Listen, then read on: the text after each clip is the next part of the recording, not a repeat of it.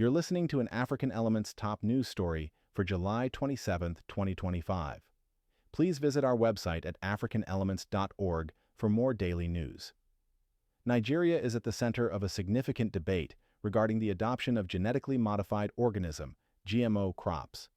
This discussion contrasts concerns about food sovereignty and potential food colonialism with arguments for achieving food security. The recent approval of GMO crops has ignited strong reactions, particularly after medical influencer Chinonso Ejemba promoted their benefits.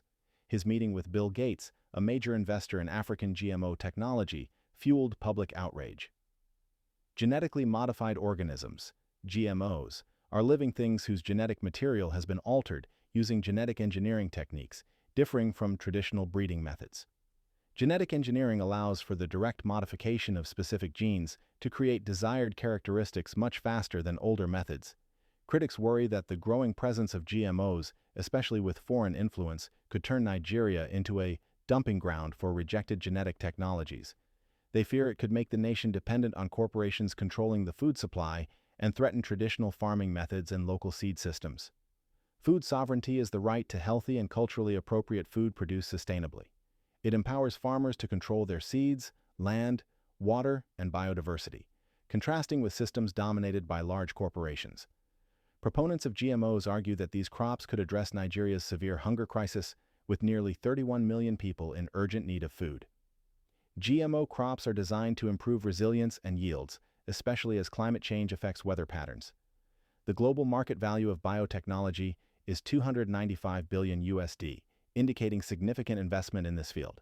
Critics express concerns about neo-colonial practices and foreign control over Nigeria's food supply through GMO technology. Food colonialism describes situations where outside powers gain control over developing countries' food systems, undermining local food security and economic independence.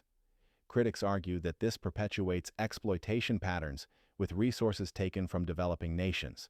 Strong intellectual property, IP rights for genetically modified seeds, could lead to legal issues for small farmers attempting to replant seeds, forcing them to buy new seeds annually. Greenpeace and other environmental groups argue that GMOs can worsen food insecurity and threaten food sovereignty by trapping farmers in debt cycles.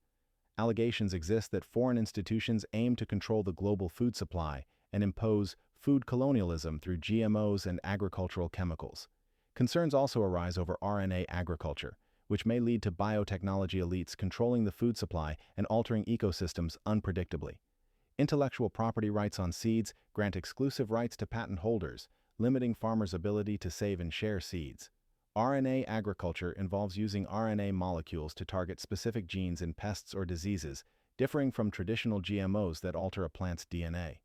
Nigeria's National Biosafety Management Agency, NBMA, states that approved GMOs are safe and regulated according to international standards. However, calls for independent assessments and removal of foreign influence persist. The NBMA oversees biosafety rules, permits for research, and compliance monitoring. Experts urge an independent national study to assess the spread of GMOs in Nigeria, free from foreign biotechnology interests. Recommendations include developing local GMO alternatives and collaborating with government and research institutions. While the NBMA asserts GMOs are safe, independent scientific studies are needed to evaluate health impacts and environmental effects. Understanding the socioeconomic impact of GMOs requires data on farmer debt cycles, income changes, and relationships with seed suppliers. Raising awareness among farmers is crucial for GMO adoption, emphasizing the need for clear data on GMOs' effects on livelihoods. Information on GMO labeling practices and consumer awareness is essential for informed choices. Public perception of RNAi-based biopesticides influences acceptance, highlighting the importance of transparency and education.